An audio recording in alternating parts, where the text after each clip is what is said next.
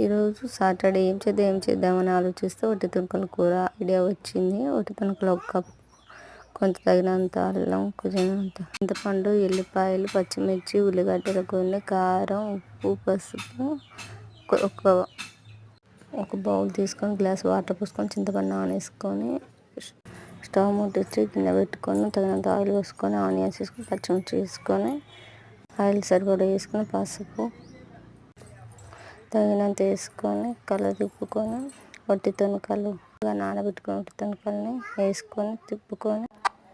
సిమ్లో పెట్టి మూత పెట్టి ఒక 10 నిమిషాలు ఉడికించుకొని అల్లం పొడి తీసుకొని ఉల్లిపాయలు రోట్లో వేసుకొని దంచుకొని కారం 3 టీ స్పూన్లు వేసుకొని ఉప్పు 2 టీ స్పూన్లు వేసుకొని అల్లం మసాలా వేసుకొని తిప్పుకొని పెట్టుకొని గుజ్జు పోసుకొని 2 నిమిషాలు ఉడికించుకుంటే ఒట్టి తుణుకులు కూడా రెడీ.